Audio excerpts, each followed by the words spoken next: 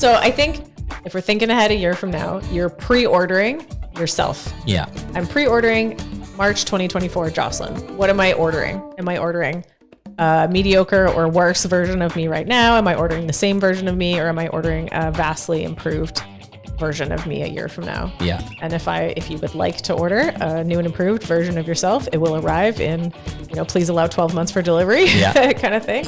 You know exactly what you got to do. There's no mystery here. Stay out of the train park a month before they open. You attack your weaknesses in the way with that savage mindset that you need to. You dial in the diet, you lay off the booze, you get yourself to bed consistently. That's the magic. That's the fountain of youth. That's the magic sauce right there. It can all be summed up with one of our guiding principles: make good choices. Yeah. That's all you got to do. It's not as hard as you think.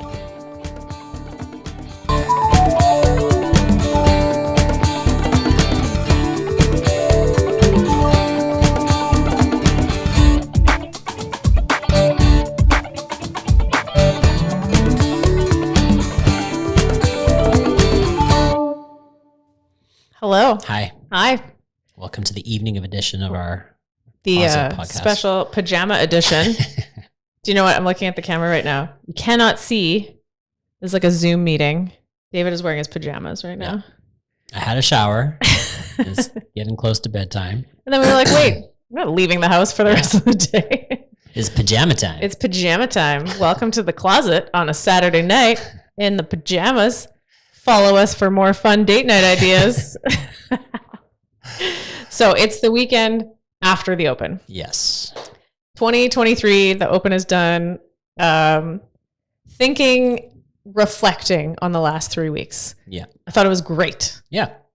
Long overdue, that kind of like big fun community event. The last couple of years, the COVID stuff and the lockdowns, everything's just been so shitty. Yeah. That I was really happy with how many people came out and participated and tried hard and hung around and, had a beverage after and cheered for their friends and helped with judging and everything. It was like awesome. So that was great. It was like old school Open stuff. Yeah. And that's what makes CrossFit fun, yeah. And that's what keeps you coming back. It's that community kind of stuff. So big kudos to all the people that came and cheered and did it and participated and judged and all that. Big love to all you guys. Yeah, it was great. I thought the programming this year was awesome. Yeah. This was the first year that Adrian Bosman had done the programming for the Open. Oh, was it? Yeah. Oh, yeah, that's right. Because last year. Things got a little weird. Things got a little weird. Dave got fired after the Open workouts were already programmed and filmed and everything. Right. So they went ahead with Dave's workouts from last year. Yeah, I thought they were really good. He did a great job of making them inclusive, but challenging. And you really had to earn your way to those sort of like catastrophically difficult things that most people struggle with, where, in previous years, they were like right out of the gate, you can't do muscle ups, too bad you're doing scaled. So I thought it was a really good mix of like challenging the elite and still making it fun and, a good push for everybody. Mm-hmm. There's actually a lot of variables to figure out when programming an Open workout. Like it's a difficult thing to do. So you have to have space and equipment considerations for the affiliates that will be putting on the workout. You can't have anything too elaborate or space consuming. They have to be good tests to separate the fittest from everybody else. Yeah. If all the top 200 people are going to have the same score because there's just a top level of how fast people can move, that's not a good test. It has to separate people. It can't be so hard and so unsafe that the rest of us can't participate though. So it has to be, like you said, inclusive to lots of people. Yeah. There has to be a good mix between the 3 weeks and testing all the different parameters of fitness. There's like a lot of balls in the air to do a well-programmed workout. And I thought Boz did awesome. Yeah. I dislike when a workout comes out where like the top 50 people are just random nobodies from around the world that just happen to be really good at like burpees and, something. Where they're just like really good at that one thing. Because it's like, it's great. Like good for you for being good at burpees. But when, some random dude from some random country beats like all of the CrossFit Games people, it's like, well, is that the best test? Probably not, Yeah. The goal is like trying to test a balance of things each week so that it's not just, are you really good at one thing? It's like, how, overall fit are you? Yeah. So I would say the programming was great. It really separated the fittest from the rest of us, I would say, and had something for everyone to have a win. There's lots of great moments and everyone to participate to a certain level and get their challenge. But I would say everyone had a weakness exposed in one of those 3 weeks. Very, very well done, boss. Yeah. Everyone faced something. They were like, shit, I'm not good at that. Yeah. And it might have been just like, I wasn't fit enough to get to the thing I really wanted to do. Mm-hmm. It might have been a weight or a movement that just stopped you in your tracks. And you're like, well, this is the end of this workout for me. Mm-hmm. But everybody definitely had one of those eye-opening moments. Yeah. And honestly, like that's what CrossFit is supposed to be all about. You know, we do enough stuff that you will never just be done. You will always be working on something because you can always get better at something. Yeah. So it was really good. Yeah, it was really good all around. Mm-hmm. So the Open is a test, and we really try to avoid using the word workout during the Open. It's an open workout. It's not a workout. It's a test. Yeah. There's a difference between a workout you do every day in the gym and a test. You test a few times a year. And at some point in the last 3 weeks, I would say all of us found something where we felt like we failed the test. Sure. Which is fine. Or maybe we didn't do as well on the test as we would have liked. Yeah. So now you're reflecting and you're thinking ahead to the Open for 2024. And you're like, I would like to do better on the test. I would like to not fail at that piece or whatever. Mm-hmm. And so the rest of what we want to talk about is like how to study for the test in the next year. So between now and March or February of 2024. Yeah. What can you do? Yeah. I think like going into this, the best and the worst thing about CrossFit is you don't get the same test next year. Yeah. Right. So even if you did everything that you can to like fix whatever went wrong in this year's Open, something else is going to come up next year. Yeah. So studying for the test is not just repeating and retrying and doing over again, you know? Let's say the snatches, for example, are what stopped you. And you got through the 135.95, but that third bar was just too heavy. You couldn't get it over your head even once. The answer to that is not just put 185 pounds on a barbell and just try to lift it over and over and over again for the next year. Yeah. You need to figure out like, okay, what's the problem here? What am I missing that made it that I cannot lift this bar over my head? And you need to start attacking that weakness. Yeah. It's like if I failed the LSAT, if I wanted to get into law school, I don't study by just continuing to sign up and keep writing the LSAT. Yeah. That's not helpful. You go study, right? So I think whatever was the one thing, you can't focus on that in isolation. So you can't put the rest of your training aside to be like, I'm going to do nothing but work on ring muscle ups or squat snatches or, you know, my rowing technique or whatever. And then you get better at that one thing, but 9 other things get worse. And the Open comes up next year and maybe there's rowing or squat snatches or ring muscle ups, or maybe there even isn't, but maybe it's one piece of an overall test that's one test out of 3 weeks or 4 tested events like we had this time. Like, you know, you might end up spending so much effort on one thing that really has very little payoff. For sure. So you can't just like focus on one thing at the exclusion of everything else. And as an average CrossFitter, like we all are, you know, we're kind of like relatively bad at everything when you compare us to the elites. Yeah. You know, the good thing about being an elite level CrossFitter is that it doesn't matter what the test is. You're prepared because you have an elite level of fitness. Yeah. So for us regular Joes, that this isn't our full-time job, we're kind of bad at everything. Yeah. You know, we've probably got some things a little bit stronger, a little bit weaker, but generally we're bad at everything. So if you just say, okay, well, you know, I struggled with that heavy barbell, so I just need to get stronger. And then you like put an extra like 15 pounds of body mass on and you like lift super heavy all the time. It's like, great. Now your pull-ups are your weakness, right? It's like I've been that person. I've tried it too.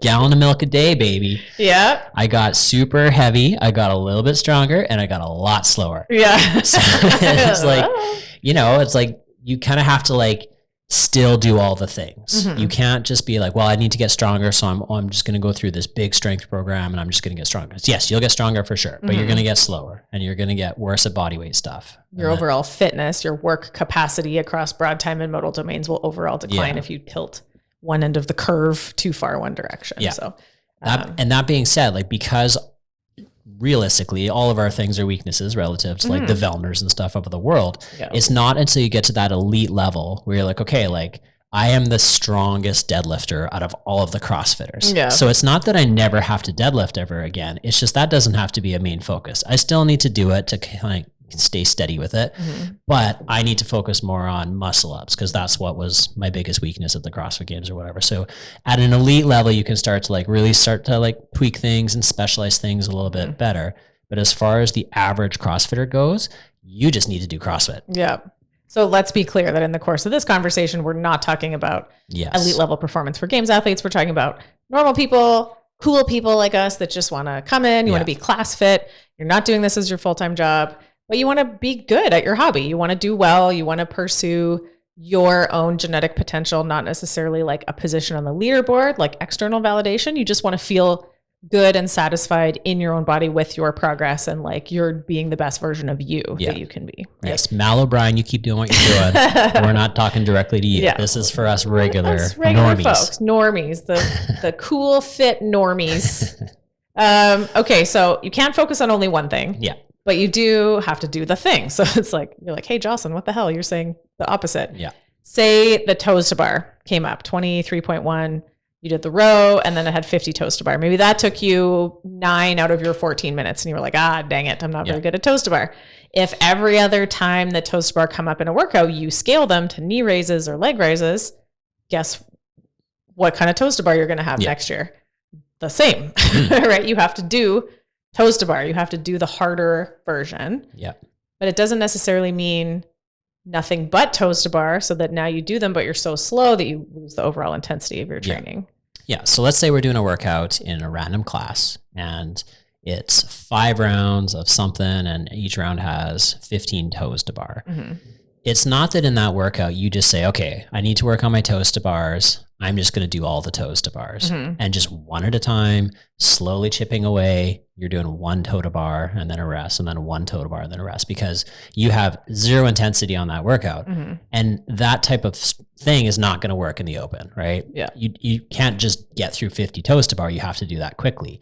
So yes, you need to work on that movement. You need to attack it, but you still need to have a level of intensity that allows you to get better at that movement. So let's say it's 5 rounds of 15. Maybe if you can link 10 on your first round, you try to do your first and second round, you do 10 reps, full range of motion. And then the next 5 are partial range of motion. And then you're going to start slowing down a whole bunch on round 3, 4, 5. And so maybe you just go for 5 out of the 15 and you keep the intensity up, but you're still working on those movements, you know? I think a big mistake that a lot of people make is they say, okay, I'll just do the first round. I'll do the first round full thing and then I'll go knee raise after that. It's like, well, you're only tired in that 3rd, 4th, and 5th round. Yeah. Right? So that's when you need to also be working on it when you're fatigued, but you have to have a level of intensity. Yeah. And so it doesn't have to be all or nothing. Yeah. It doesn't have to be like, I am RXing this workout or I am scaling this workout and there's no in between. You can absolutely do a hybrid on the volume. For sure. And then I usually try to tell people, especially with toes to bar in particular, if we're doing a workout that say it's maybe only 5 every round, that day I'll probably say, I want you to fight out the full toes to bar if you possibly can, because you're just not going to get stuck there for that long doing 5. And then another day, a week later, maybe it's sets of 15 or 20 or 25. And I go, today I want you to work on the rhythm. Yeah. And I want you to fight out the rhythm no matter what. Don't worry so much about the height because you need both of those skills. You need the strength to get your legs up and you need the timing to be able to link them at speed, like you said. And we have to work on both. So you can attack a skill from multiple angles. Yeah. It doesn't have to be that every single time I scale it the exact same way. In fact, I think you would make better progress if you try to attack it and scale things from multiple different angles. Absolutely. And to add to that, just because you're reducing the range of motion doesn't mean you go to like full easy mode where you can go 25 unbroken, right? If you can bang out 25 knee raise in a row, those are no longer benefiting you at all. You've graduated to the next level. So now it's okay, now we're going to go heels above the hips, or we're going to go like toes as high as the eyes or whatever. Because if you watch an RX athlete, they're going to have to break some sets up. They're going to end up doing, maybe 25 in a row in their first round. And then the next round's 15 and 10. And then from there, it's like 10, 5, 5, 5, 5 with quick breaks. Yeah. If you're just banging out 3 rounds of 25, you're not challenging yourself anymore. So even though you're working on rhythm and you're shooting for bigger sets with a reduced range of motion, you're still going to challenge yourself with that range of motion. So I think if we kind of looked at the three main areas where people might feel like they got exposed or they found a weakness or failed the test, if we want to call it that. I think there's like some raw strength stuff, like strict handstand push-ups. Yeah. You just have to be strong enough to press your body weight in a partial range of motion from the top of your head. Yeah. I think there's some skill things. So that would be like your ring muscle ups, those heavy squat snatches, some of those skilled maybe double unders. Yeah. And then there's like the straight up conditioning, like your work capacity. That was probably like the shuttle run and burpee pull up one where you're like, I just needed to be able to try harder for longer. I needed to be able to tolerate being more out of breath. Or maybe it's the row and 23.1 that had the row and the toast bar and the wall balls and the basically doing 30 power cleans. So it was like a half grace kind of thing. So you needed to have a high level of work capacity. So wherever you feel like is the thing for you that got exposed, your raw strength, your skill work, your conditioning, I think there's a different mental side of what needs to happen to fix that weakness between now and a year from now. There's a great quote on CrossFit.com right now. I have to look it up. And I think the important thing to remember is that on all three of these things, we're talking mental as much or more than physical. Yeah. Okay. So not only does CrossFit make people fit, but arguably we make them fitter faster and more safely than any other program out there. Oh, it went away. Come back. Our results are universal, predictable, and repeatable. So your results a year from now are pretty predictable based on how you want to attack your training. So if raw strength was your weakness that you feel like you need to work on, maybe one particular body part, or maybe just overall, you're like, I just need to get stronger. You make progress through intensity. We talk about that lots. Intensity is the independent variable most commonly associated with increasing the rate of return of favorable adaptation. That's the big mouthful from the CrossFit manual. Yeah. It's the independent variable. It's the thing. Intensity is the thing. Most commonly associated with increasing the rate of return. So getting you what you want out of exercise faster. Most commonly associated with increasing the rate of return of favorable adaptation of what you want. So in this case, if we're saying I want to get stronger, how do we apply intensity properly to strength training? Yeah. So first of all, we have to earn our intensity. Yeah. Right? Mechanics, consistency, intensity. If your CrossFit's charter for safety. Yes. So if your mechanics are hot garbage, you've got some work to do before you even get to the intensity point, right? So, always all these movements, whether it's a strength movement, if you are moving the best possible way, you're going to be the most efficient. You're going to lift the most weight. If it's a technical thing like a muscle up and you have no idea what you're doing as you fling yourself up on those rings, you're not going to get over the rings. Or you're going to hurt yourself in the process. If you're doing conditioning and you're being super inefficient, you're going to be slower and more fatigued due to that inefficiency because good mechanics are also the most efficient way to move. Yeah. So first of all, we need to address the mechanics. Yeah. Now, a lot of people get hung up and they're like, okay, well, I'm not very good at snatches, so I'm going to work on my form. That's great. Yeah. But if 2 years later, you're still using the same 35 pounds and you're quote unquote working on your form, it's like, well, what have you been doing this whole time? Yeah. Like at some point you need to be like, aware, like, okay, today I'm working on my speed under the bar, and next time I'm working on my like height of my pull and whatever. Like there needs to be some sort of like thought process to it. Yeah. And then you need to start, dialing it up a little bit, because if you just use this, if your Fran weight has been the same weight for the last, 3 or 4 years, like you've probably graduated to a bigger weight by now and you're just not actually like going for it. Yeah. So, okay. So let's talk about like strength specifically, raw strength. There are 10 generally recognized physiological adaptations from exercise. Strength and cardio are usually the two that people can name off the top of their heads. Strength is an adaptation that happens in the body, physiological adaptation, and it happens through training. There needs to be a stimulus that causes a measurable change. I could do a muscle biopsy and I would see a difference in your muscle fibers. There would be more of them. There would be, denser fiber, blah, blah, blah, right? Yeah. We're going to see a microscopic measurable change. So if we need to get stronger, there's certainly a mental state required to push the level that you need to push to cause your body to have an adaptation. Yeah. You have to stress the system in order for it to feel like it needs to adapt and get stronger to handle it the next time.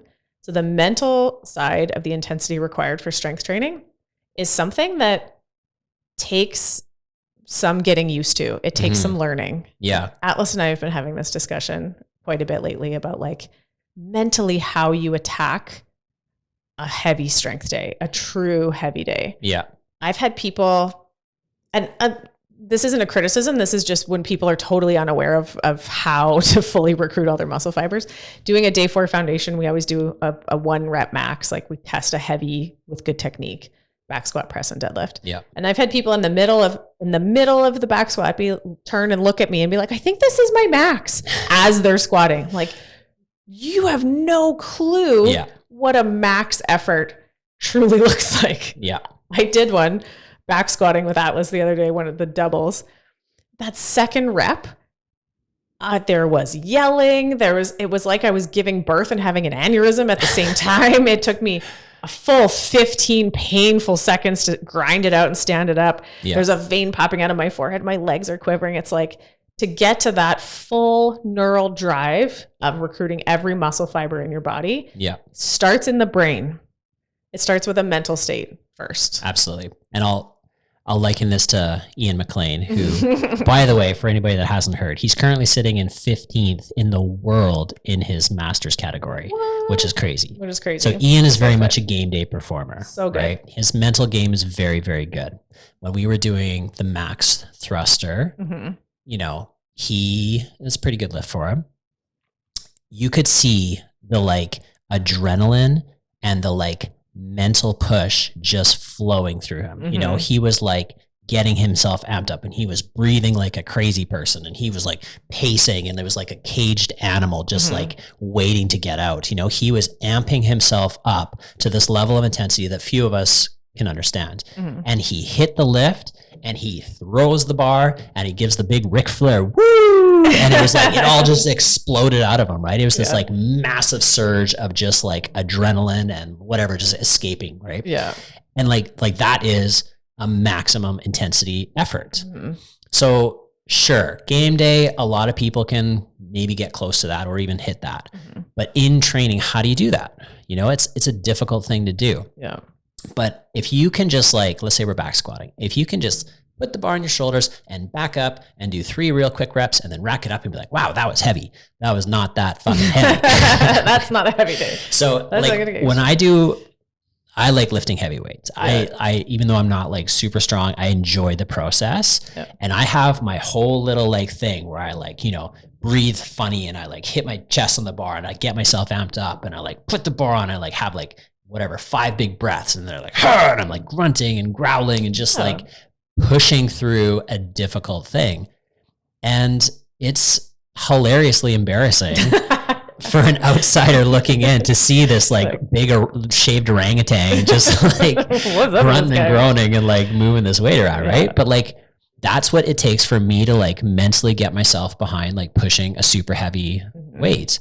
So it doesn't mean that you have to grunt or growl or whatever, but there needs to be some level of like mental effort going into this lift, being like, this is going to be fucking heavy and I'm going to like grind through it. I'm going to get this. And you're like amping yourself up, you know? Yeah. And you kind of like, we're in the tree of trust together, you guys. Totally. We've all been training together for long enough by now that like you can be the shaved gorilla and make crazy noises. Like, it's fine. And if anything, maybe it's a little inspiring to the people around you. I fully remember having you in one of my classes once. It was you and like 5 other fairly new athletes. And they were like, David's making a lot of noise. I'm like, yes, you guys, that's how you try hard. Take notes. Like, that's what it needs to look like. So, and I am honestly not sure how it's even, I don't even think you can give a full effort without making some noise. I tell people that all the time, every heavy day, like you gotta make noise. If you're not yelling, and there's a reason power athletes grunt, because it helps recruit your core muscles and it helps you feel more aggressive and it helps that neural drive, all that kind of stuff. So you have to bring a mental state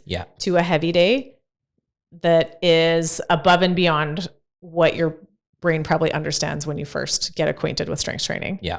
And I don't do that often. 1 day a week for sure, usually a squat day. Yeah. Sometimes 2. So it doesn't mean you have to act like a crazy caged animal every single day you show up at the gym. Sure. But 1 day a week for sure. Yeah. Maybe 2.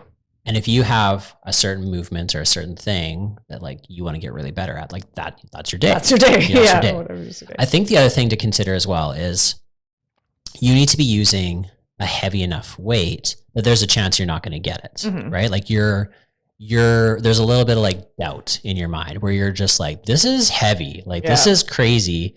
And you have to like go through that mental gymnastics to convince yourself that you can do it. Like, even though it's heavy, I'm still going to do it, you know? And that's the battle where it's like, if you don't have to mentally convince yourself that you can do it, you're just going to do it because it's not that hard. But if it's like, oh shit, like this is 300 pounds, oh my God. And you have to like get yourself amped up, like that's what's going to change that, or that's what's going to help you adapt and get stronger, you know, pushing those heavy ass weights to an uncomfortable level. Yeah. And keep in mind, we preface this with saying you have to have good mechanics in the first place.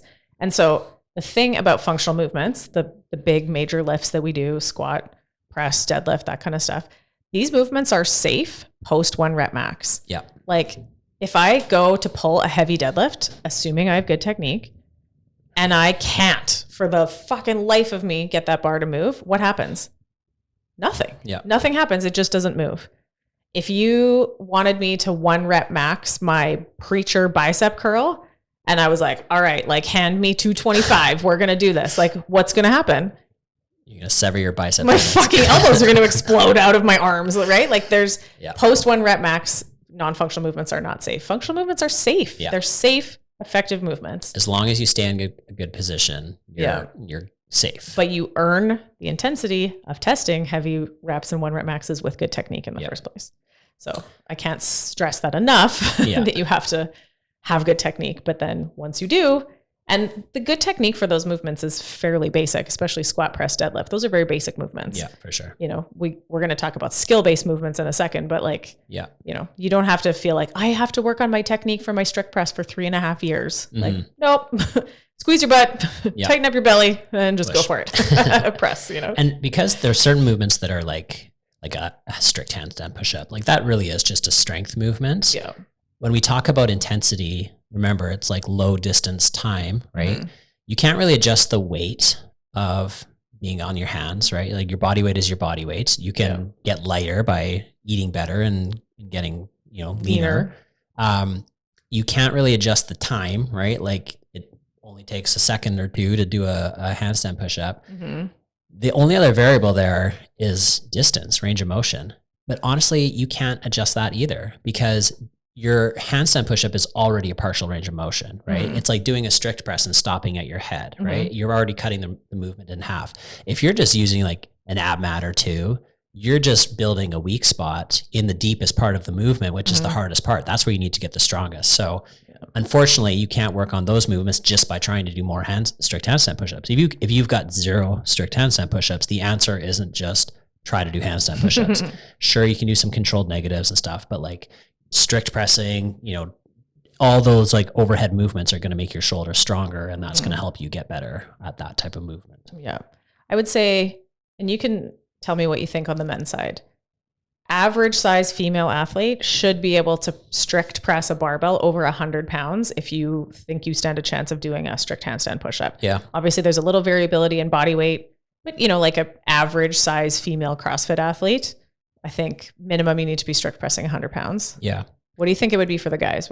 I think 135, probably 135, 145, something like that. Yeah. So like it's not body weight because it is a reduced range of motion. If you can do a body weight strict press, that's very good. Like very few people in our gym can do that. I think the most I've ever strict pressed is 160, and that was like a unicorn day. I haven't done it since, and I weigh about 175. But I can do like 10 or more strict handstand push-ups in a row.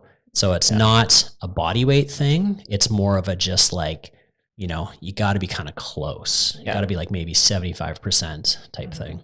Yeah. It's not a direct linear relationship, I don't think, because I'm not a great strict presser, but I can do an unlimited number of handstand push-ups for some reason for days. Yeah. That's just a good movement. I would say Jimmy is also like, he's probably one of the only guys I know for sure that has done a body weight strict press. He's a very strong presser. Yeah. And he can do strict handstand push-ups for days as well. So it's one of those movements where like some people are just like freakishly good at it and some people just aren't. You know? Some people, they just got these crazy long arms and it's just so much pushing. It's just so hard to do. You know? And there's always going to be movements that favor a certain body type in CrossFit. I'm never going to be a spectacular rower. Yeah.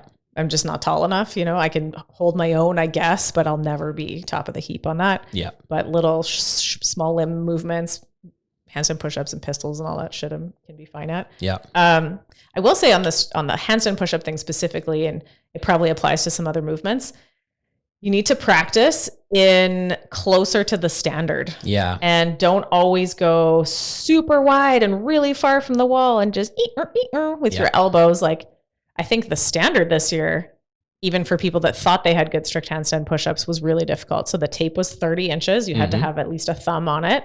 And it was only 10 inches from the wall. So if you have really poor overhead mobility and you are used to having a big bow in your body and like arcing a whole bunch or being really far away, guess what? That weakness got exposed, right? Sure. So maybe the weakness is my positioning on my handstand push-ups needs work. I need to bring my hands in. I need to get closer to the wall. I need to have better overhead mobility. So there can be some subtleties within those movements too in the standard. And the handstand push-up thing has changed every year. So you need to be ready for a lot of different versions of that standard. I was going to say, if we've learned anything from the Open over the last decade, it's that handstand push-ups are going to fuck some people up because so many people have a different idea as to what's an appropriate standard for a handstand push-up, that there's no perfect system that's going to work for everybody. But you just got to train it all. You got to train narrow, you got to train wide, you got to train with your feet doing a certain thing on the wall, and it's just mix it up. And I do respect that there's a podcast with him debriefing the Open workouts, and he did say that making them strict was on purpose to reduce the number of people dropping and smashing on their head and their neck. So I think that's great. And I a couple years ago, I have not done a kipping handstand push-up in a couple years. I just do all strict handstand push-ups. I think my neck has reached its lifetime maximum limit of the number of times I can drop on my head. And it's great because guess what? Now there's no number of strict handstand push-ups that will come up in a workout where I'm ever going to hit failure. So in making a smart choice, making a good choice, it also developed a strength for me. So I remember that one Open workout that was power cleans and handstand push-ups, and kipping was allowed. And like my neck was high volume wrecked after that workout because it was long enough and it was just a couplet. So you were back on that wall over and over and over again. And it was so much volume that it got to the point where everybody's shoulders were just at absolute failure, and you could kip yourself out of the bottom to get your rep, but then you would collapse back down onto the floor. And it was just like neck abuse over and over and over again. News. It was bad news. That was quite a while ago. Smarter programming. No. Okay. So we've got our raw strength in that we need to approach with a mental intensity to push the limits, to really push the limits more than you think. That the neural drive that drives the physiological adaptation starts in the brain. It starts in your mental space. Then we have some skills. So these are, of the 10 physiological adaptations, strength, cardio, stamina, and flexibility are the ones that happen in the body. Measurable changes we could see under a microscope. They happen through training. Then there's accuracy, agility, coordination, and balance. Those happen through training or practice, and those are neurological adaptations. They happen in the brain. There's nothing in the body we can measure to say you have better balance now. And then in the middle is speed and power. Speed and power are the essence of fitness because they require both the physiological and the neurological adaptations, and they come through both training and practice. And so those are things, the speed and power movements like squat snatches, ring muscle ups, things like that require obviously a lot of accuracy, coordination, agility, and balance, but also a base of strength, right? You're not going to do a muscle up if you don't have the raw strength to do a chest to bar pull up and a ring dip. You're not going to snatch 185 or 125 if you are not strong enough to deadlift it and overhead squat it. But what connects a pull up to a dip and what connects a deadlift into an overhead squat is the technique, the accuracy, agility, coordination, and balance, right? There's plenty of people out there that have dips and have strict pull-ups, but don't have muscle ups, right? There's plenty of people that can overhead squat and they can like snatch deadlift, but they cannot squat snatch. You know, there's just something about those movements. You have to be fast. You have to be like explosive. You have to be in a good position. You know, it's just everything all in one. So assuming you've already done what we talked about in building the raw strength you need as the prerequisite for those movements. Now we're talking about building the neurological adaptations, the practice things that need to happen in the brain. And that there's another level of mental engagement that you need to bring to your skill work, but it's it's not a caged animal type of intensity like we were talking about, but it's a mental intensity in being super duper engaged in firing the right neurons at the right time, no matter what.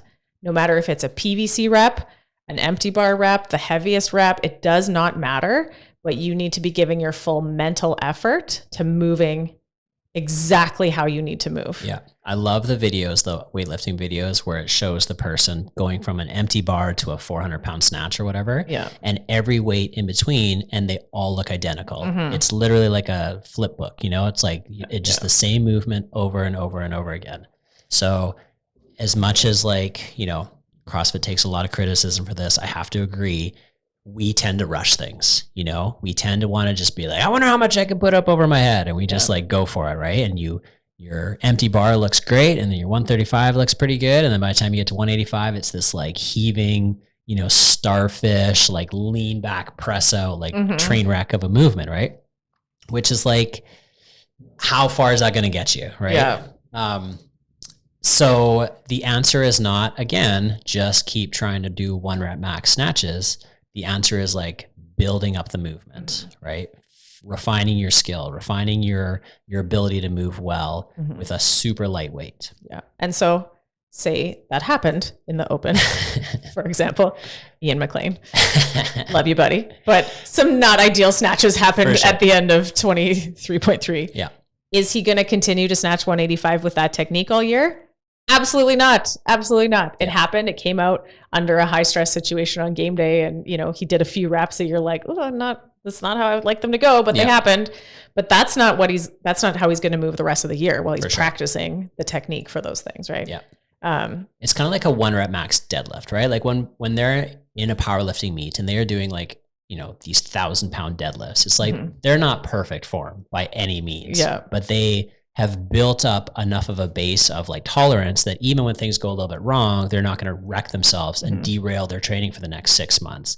They're able to like really push the maximum effort and still like go train the next day or a week later or whatever. So just because, and you see that at the CrossFit Games too, right? Like a couple years ago, they did a CrossFit total and you saw Tia Claire Toomey max out a back squat literally with her knees touching.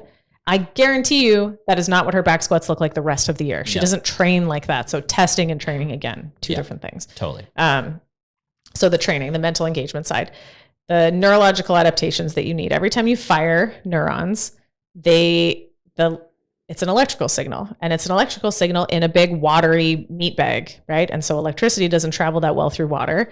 So those neurons have to get myelinated. So they get covered in a fatty tissue called myelin. It helps those electrical impulses go faster. And so the more you fire a particular set of neurons, the stronger that connection gets and the better they fire in the future.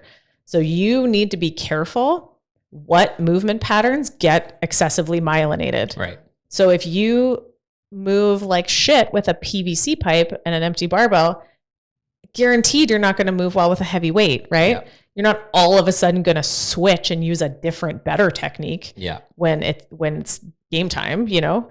So every rep needs to have your full mental effort because you're teaching your brain what motor patterns you want to remember. And myelin, other than in like advanced aging or certain diseases like multiple sclerosis, never goes away. So if you develop a bad motor pattern, it's there forever. You can develop other motor patterns that go around it and you can strengthen, you know, neuronal connections around it, but that motor pattern's always there. And you see that happen a lot, right? As people can have good technique, but then they get tired, they get fatigued, and the old shit comes back out. Totally. You're like, dang it. Yeah. Right. So the best thing you can do is learn the very best technique right from the start and not let yourself have bad patterns built at all, ever. So when they talk about practice makes permanent, like that's what they're talking about. Myelinating your neurons. So let's say you're doing a snatch session and you're like super excited because you really want to like push the weight and get stronger and stuff. If you're hitting 95 pounds and it's all over the place, you don't add weight. No. You're like, okay, staying at 95. And you refine the movement, you practice the movement so that as you get more consistent with it, you can start to go heavier. Generally, the way we try to do our programming is we leave it very open when it comes to weights and stuff, because if I program, 65, 70, 75, 80, 85%, and someone is a train wreck over in the corner trying to hit 65%, they don't need to move up to 70%. So we generally try to do it where it's like, if you're having a good day and it's feeling great, you're going to add weight. And if not, you're going to keep it light and you're going to like focus on moving better and trying to improve. Sometimes the percentages can be of your 1 rep max. Yep. Sometimes they can be of your current 1 rep max, which is maybe different. And sometimes they might be of today's max effort. Sure. So this might be a 6 out of 10 for today, which is actually 30% of your 1 rep max, or for whatever reason. Maybe you've been drinking, maybe you're tired, maybe you've been sick, like, you know, for whatever reason, you're just not firing on all cylinders today. And you're like, I'm going to work up to a 6 out of 10 perceived exertion for today, you know, so that those percentages can have some interpretation, I guess. But if you dial back the weight, that's great, but that doesn't mean you get to mentally check out of what you're doing and just do it shitty because it's light. You know, that like, yes, treat yourself to an empty barbell or a light day so that the technique can be absolutely textbook, impeccable, perfect. That's the goal. And I'll tell you guys a story. I've told a few people this. So since I started working on the CrossFit seminar staff about 3 years ago, almost 4 years ago, I demonstrate movements on a box during a lecture, teaching a room of people what movement should look like. So the demonstrations have to be impeccable, and it's with a PVC. So I've been working on my demonstrations. One of the major things you have to show really, really, really clearly is hip extension in things like a push jerk or a push press or a med ball clean. And so I've done hundreds, thousands of PVC push jerks with the most intense level of hip and knee extension in the last few years. Hadn't really tested a heavy push jerk in a long time, just hadn't come up in the rotation, or maybe I missed it or something. And then not that long ago, 2 or 3 months ago, I did a 1 rep max push jerk. It was in the programming at some point, maybe just before Christmas. And I PR'd my push jerk, heavier than I ever lifted, even when I was training for Olympic weightlifting. And I was like, oh, it's because I spent 3 years hammering the absolute most impeccable technique with a PVC. I hadn't done a heavy push jerk. I hadn't like tested a 1 rep max, but when I needed to under the heavy load, and all of a sudden I was like, holy shit, that bar just like flew up there like nothing. I was like, oh. So, you know, you have to put, and that it takes your full mental effort into every rep, even if it has 0 load. So that your motor patterns know what to do. So learn to move well. Engage in the process of like improving your movement, and then do it consistently. Put all the pieces together. Same thing with like a muscle up. If you don't have a muscle up, or you have crappy muscle ups, they're not going to get better by you just getting up there and flailing and doing more crappy muscle ups, or missing muscle ups, even worse. You refine the skill in the low rings, you do the transitions, you do the work, you get the motor patterns working, and then you increase the intensity up there. And same thing with like a squat snatch makes an excellent example, because it's the most athletic movement there is of any sport, requiring all 10 physiological adaptations. And especially when I was very into weightlifting, and I have a lot of respect for the sport and the precision and accuracy that goes into it. And you would see people miss a weight 7 times in a row and then miraculously hit it on the 8th one and be like, I PR'd my snatch. And you're like, no, you didn't. You just trained yourself to miss 7 out of 8 times. That's what you trained. You trained motor patterns that miss snatches. So just because you happen to make it one time, don't be celebrating that if you were just miss. My personal limit on any given day, whether it's a strength day or in a WOD or anything, no more than 3 misses. If I've missed 3, even not back to back, but in rounds or anything, it's game over for that weight or that movement for that day. I think we're all guilty of that. It's an ego thing for sure. We're like, oh, it's almost there, I can get it. And we're all guilty of adding weight, even though that last one didn't feel good. I've even heard people say, when I'm like, you know, giving them some feedback on a lighter one, we're like, well, I just need to get some weight on the bar. It's like, no, that is the stupidest excuse ever. You should be able to move better or the same with a light bar than you can a heavy bar. But anyways, we're all guilty of adding weight when we shouldn't, myself included. We're all guilty of doing just one more attempt. If anything, you should give yourself 2 or 3 misses and then be like, okay, that's it. That's not going to happen today. Dial the weight back, hit 2 or 3 more good solid reps. So at least you're like remyelinating and like building that movement pattern back up again. Cause you just missed 3 times in a row. You don't want to leave your session on that, right? I hate leaving on a miss. And then the other thing is, let's say you take 7 or 8 attempts and you finally hit 200 pounds or whatever, for an example. Now in the back of your mind, you're like, well, my 1 rep max is 200 pounds. I'm going to use that for my percentages moving forward. It's like, no, probably dude, not, like, yeah. You're probably not ready to be using 200 pounds as your 1 rep max because you hit it 1 time out of 8, you know, that is not your working weight, you know? So you have to be smart in making these decisions and just focus on moving well, you know, play the long game. Yeah. And I'm good at, like, I'm not trying to be braggadocious or anything. I'm good at squat snatches. And I think part of why I'm good at that skill, and I've attributed this, I've said to people lots, I've demonstrated that movement in the course of coaching with a PVC or an empty barbell thousands of times, hundreds of thousands of times. And every time I'm coaching and I have an empty bar in my hand and I'm demoing a snatch, or take your pick of any of the other movements, cleans or jerks or whatever, I'm still bringing my full mental effort to moving with the exact precise technique I want to have, even though I might have demoed it 5 other times that day. And I've done, but you know, in the course of just the career of coaching, how many reps I've done with a PVC and an empty barbell, I think that contributes to my technique a ton. Yeah. Those reps are no joke. They're a part of the adaptation. And it's a funny thing because yes, you are very good at squat snatching to the point where like we went to the Stu McGill back health summit and he pulled you up on stage and in front of everybody had you like snatching and stuff. So everybody could be wowed with like how good the human should be able to move.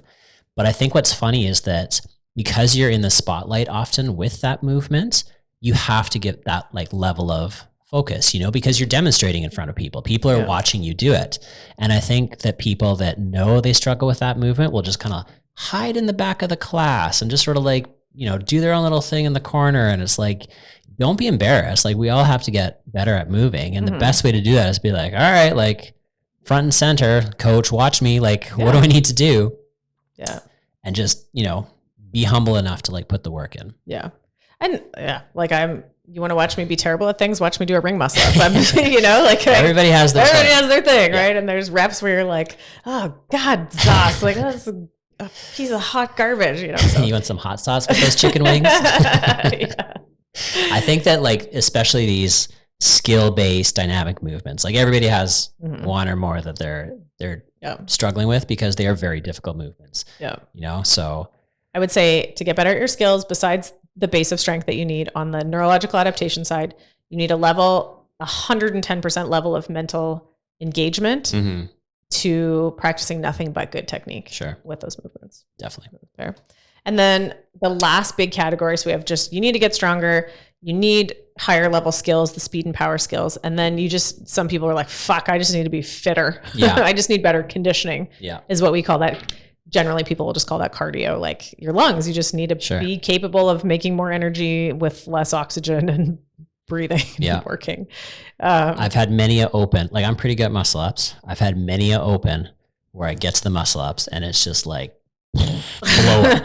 And it's just, I fucked myself up getting to the muscle ups and then I just got nothing left and I can't even make use of my strength because I'm just like wrecked from the thrusters or whatever, just super tired. Yeah. I mean, I did redo 23.3. I'll admit I don't often redo open workouts. I haven't in years, but that one drove me crazy because that was exactly me. I'm good at squat snatches and I missed 4 out of 6 squat snatches at 125. I never miss a snatch at 125. I was so mad about it. Yeah. I can hit that weight in my sleep, but my conditioning is not great and the programming was awesome and it gave you some pre-fatigue and all of a sudden those little neurons firing. And so then I did end up redoing it and I only missed 1 in my redo because I was like, hey, Jocelyn, get it together. But yes, it happens, right? So the mental side of conditioning, it's basically like embracing discomfort. Yeah. Right? Embrace the suck. And that is a difficult thing to do. Yeah. So is it ever?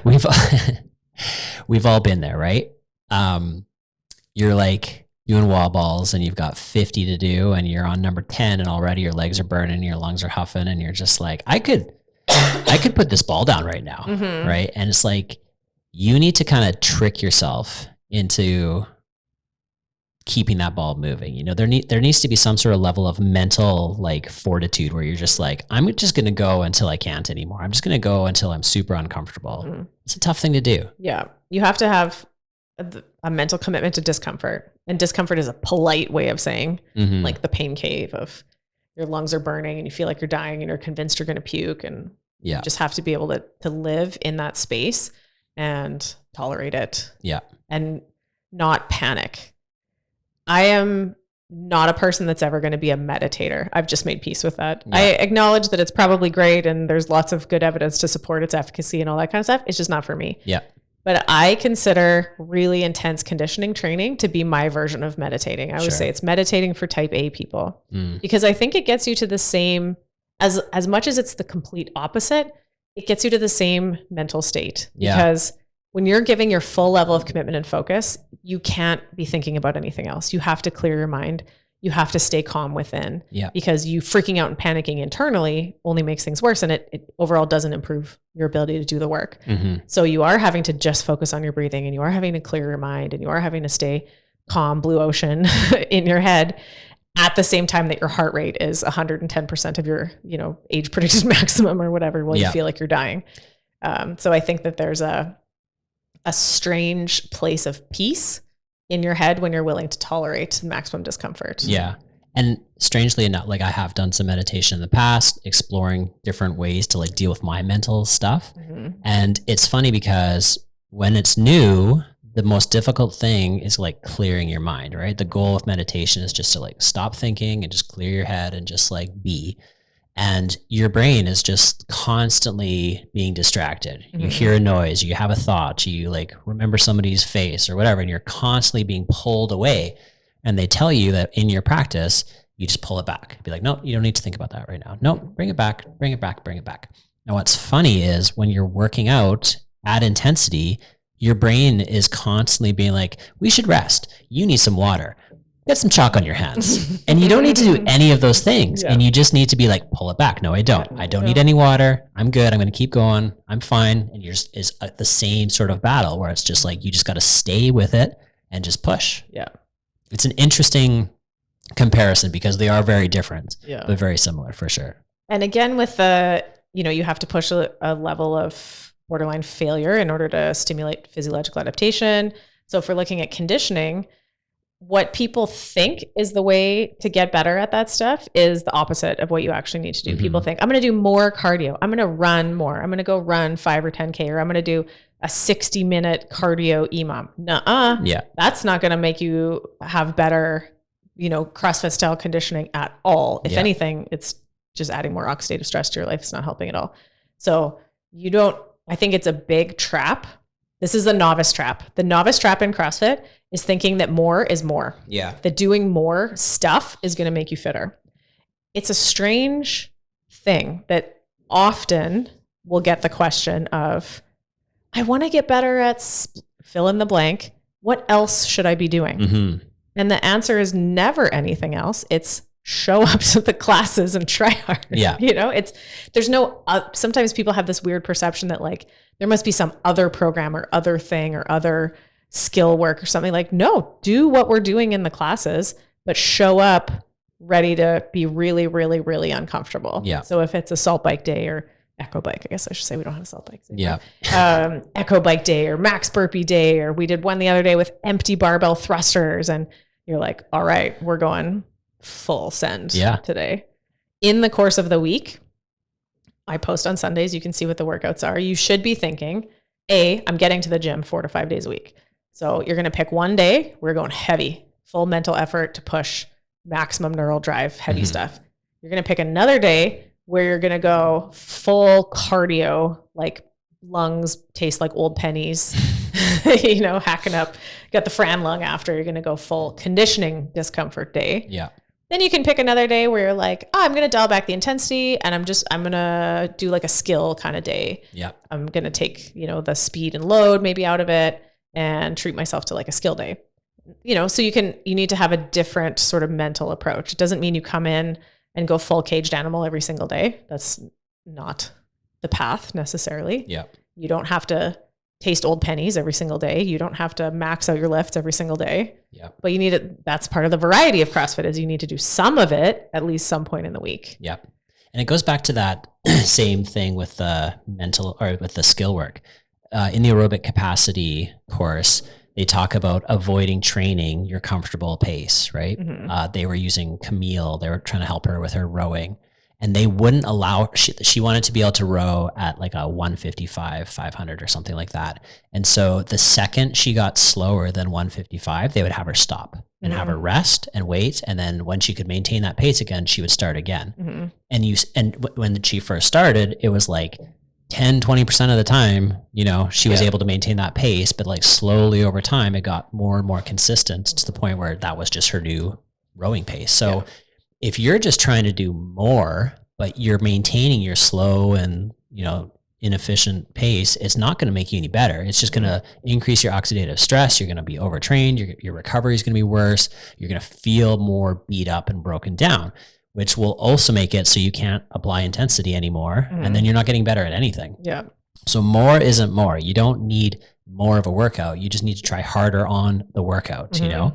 And like you said, be strategic, right? Not every day is a crush yourself day, especially masters athletes and people that have like shift work or full-time job and kids and stuff. Like you got to be smart with your training, but pick the thing that you're going to apply intensity on and go ham on it, you know? If we're talking about the speed side of intensity, there are, you know, we said mechanics, consistency, intensity. So you got to earn intensity, but there are movements that pretty much right from when you start CrossFit, you can apply as much intensity to as you are capable of, like echo bike, rowing, burpees. You know, there's no technique on those things really. You just have to get uncomfortable, and you get as uncomfortable as you can from the start. And then other things where you're like, oh, okay, like then a thruster. It's like a little bit more technical. You got to have a good squat and a good press, and then a wall ball, and then, you know, maybe some butterfly pull-ups start to be an intense movement for you. It's like you start to be able to apply that level of intensity to more and more and more movements as your technique gets better, as you have better mechanics. But for sure, you're going to take those opportunities when they come on bike sprint days and burpee days and that kind of running days when the snow melts and all that kind of stuff. I think it's Adrian Conway is one of our favorite quotes that you don't need a harder workout. You need to try harder on the workout. Yeah. And that's a really difficult concept for people in the average normie CrossFitter to wrap their head around. Yeah. I think that just like we're all guilty of adding weight when we shouldn't, the other thing that we're all guilty of as like veteran CrossFitters is too much gaming and strategizing, right? So let's say you're like, okay, today's my day where I crush it. Today's my like go ham day. I'm going to like focus on conditioning. I'm going to like get uncomfortable. And then you start thinking, okay, like how do I need to break this up to get the fastest possible time? And that's probably the worst strategy to work on your conditioning, right? Because if you just like strategically chip away and do drop singles and like comfortably get through your first 2 rounds, so you can push faster on your 3rd round and then finish strong on the 5th. It's like, great. You strategize your way out of intensity. Yeah. You know, that's game day shit. That's game day testing. Yeah. That's what you do when you have to perform on competition day. Yeah. But when you're trying to work on your conditioning, you need to go to that dark place early and then ride the struggle bus for the rest of the workout. I'll always use G as an example of this because he was so good at being real bad at strategizing. And he was so fit because of it, because he would just come out hot and just blow up halfway through and look like he was dying for the rest of the day. But he was so fit because of it. He just had no hesitation. No governor. It was just he was great. 5th gear only. Yeah. It was great. And so I think good days to blow up are like maybe an AMRAP. Sure. AMRAP days are a good day to just like try something harder, maybe do something dumb. You're like, I'm going to do the first round unbroken. And you know that's dumb and you're going to blow up, but whatever, right? It's over in 7 minutes or whatever. That's how you're going to get better. Yeah. Totally. Yeah, you're right. Same with like skill work and stuff as well, or like trying things that you don't necessarily try. Like we always say that AMRAPs are the better time to do that than that 5 round for time, because you know, you don't want to get time capped 30 minutes into this 20-minute workout. You know, it's like AMRAPs are the best days to really like push it. Yeah. You're like, okay, I don't normally power clean that weight. I can with good technique. It's just hard and I'm slower. Yeah. Then the AMRAP days are where you're like going to try it, take it for a spin. Even if you get 3 rounds and everybody else gets 5, as long as, like we said, big asterisks, assuming the mechanics are in place, it's just hard for you, that's okay once in a while. But you also can't go heavy and go slow all the time or you'll never get faster, right? And generally, I will say, like, as a coach, generally the way we try to like run our classes is we'll tell people ahead of time, like, the intended stimulus today is this, you know, like what we're trying to achieve is this. And if you know in the back of your mind, like, this really needs to be one of those days where I like work on my conditioning, or this needs to be one of those days where I pull back and I work on my skill work or whatever, talk to the coach about it and say, hey, like, I'm thinking about using this as one of my days to like do this, like, this is my sort of goal. And they'll probably be like, great, you know, we won't worry about the intended stimulus today. We're going to let you do the thing that you need to do to get better. And they can help guide you on how the best way to do that might be. Yeah, that's individualizing in a group program. Yes. How you can make it suitable to you and your specific set of strengths and weaknesses and your goals and what you're trying to do. That's absolutely recommended in a group CrossFit kind of training program. Yeah. So if we think ahead, like a year from now, if you picture yourself where you'd be in March of 2024, the results of CrossFit are extremely predictable. And I've had this thought swirling around in my head for a bit, and I need to like put it into some kind of visual. If you came to CrossFit 2 days a week, didn't change your diet, had an otherwise like sedentary, maybe desk job, and some weird sleep habits, what are you going to be like a year from now? You come to CrossFit 2 days a week, but don't really change anything else. You'll have some improved work capacity and some new capabilities that you probably didn't have before. I would almost guarantee you'll have no changes in body composition, probably not much difference in your health. So a little bit of positivity, but not a whole lot. If you come to CrossFit 6 or 7 days a week, a lot, you know, and try to do more stuff, but you don't improve your diet, you're still eating flour, sugar, vegetable oil, and alcohol, you're still having an otherwise sedentary lifestyle, and you have poor sleep habits, a year from now, I can almost guarantee you're going to be super banged up or probably injured. Yep. So that's the how to get injured plan. If you came to CrossFit 2 days a week, but you had maybe 20 RX lifestyle days in the month, right? Which means no flour, sugar, vegetable, or alcohol. It means going for a walk, being outside for 20 minutes every day, and had some proper sleep habits, you're going to make great progress. You're probably going to have some pretty substantial loss of excess body fat for sure, just from the nutritional changes. Mental health is going to be greatly improved just from moving more and being outside. Obvious increase in like strength and work capacity. Probably your doctor's going to notice some things that have improved when you go for your checkup, you know, blood markers, blood pressure, glucose control, all that good stuff that your doctor's going to be happy about. And then if you came to CrossFit 4 to 6 days a week, and ate real food, no flour, sugar, vegetable oil, or alcohol, 26 to 31 days a month. That means no more than one cheat day a week. And, you know, got yourself moving generally. So like 10,000 steps a day, spending time outside, having good sleep habits, which starts with spending time outside early in the day, turning the screens off at night, having a consistent bedtime, making your bedroom cool, all the good things that go into proper sleep. A year from now, if you lived your life that way for the next year, you'll be a completely different person. Yeah. And I can 100% attest to that because I have been a roller coaster CrossFitter for the majority of my career. I go through phases where I'll work out for 3 or 4 months, and then I won't for 3 or 4 months, and then I will, and then I won't. My diet's been up and down for years. And this, I don't know, it's hard to keep track of time because time flies by, but I feel like over the last year or two is I finally realized that like I need to be more consistent with everything. And so I've really tried to dial in the nutrition. I eat better now than I ever have in my whole life. I've trained more consistently now than I ever have in my whole life. I've stayed relatively injury-free, like no real catastrophic problems or anything like that, other than my stupid snowboarding thing.